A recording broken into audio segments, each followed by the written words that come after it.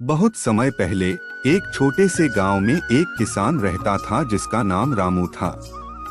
रामू ईमानदार, परिश्रमी और शांत स्वभाव का व्यक्ति था।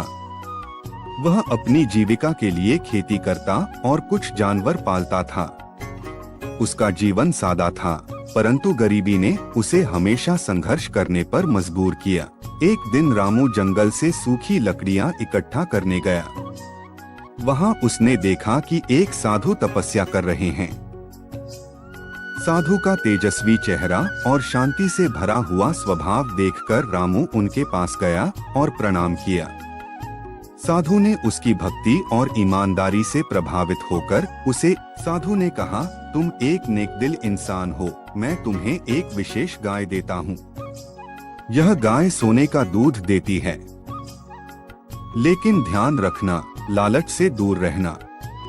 इस गाय की सेवा करना और इसे प्यार से रखना। रामू ने साधु का धन्यवाद किया और गाय को अपने घर ले आया। उसने देखा कि सचमुच गाय सोने का दूध देती थी। अब रामू के दिन बदलने लगे। वह सोने को बेचकर अपनी गरीबी दूर करने लगा। उसने अपने घर को सुंदर बनाया, खेतों को और उपजाऊ बनाया और गांव के जरूरतमंद लोगों की भी मदद की। गांव में रामू की गाय की चर्चा फैलने लगी।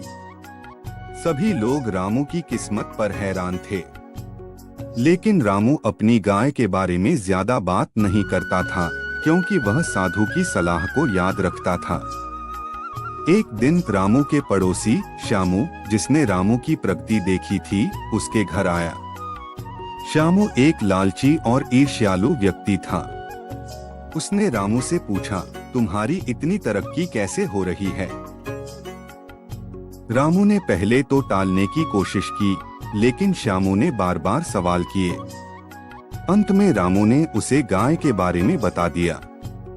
श्यामू ने गाय को देखने की इच्छा जताई और रामू ने उसे गाय दिखा दी। गाय को देखकर श्यामू के मन में लालच आ गया।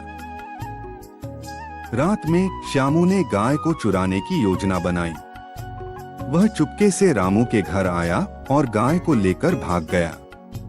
उसने सोचा, अब मैं अमीर बन जाऊंगा, मुझे रामू से ज्यादा सोना मिलेगा।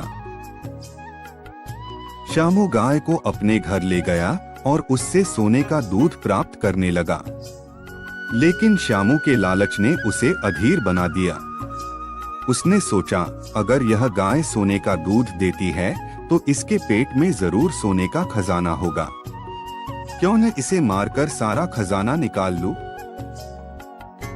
श्यामू ने गाय को मारने की कोशिश की, लेकिन जैसे ही उसने गाय को नुकसान पहुंचाया, गाय गायब हो गई। साधु ने अपनी दिव्य दृष्टि से सब कुछ देख लिया था।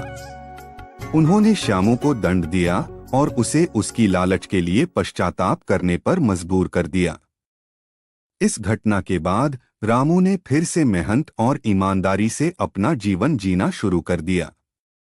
वह अब भी खुश था, क्योंकि उसे समझ आ गया था कि असली सुख बाहरी संपत्ति में नहीं, बल्कि आत्मिक शांति और संतोष में है।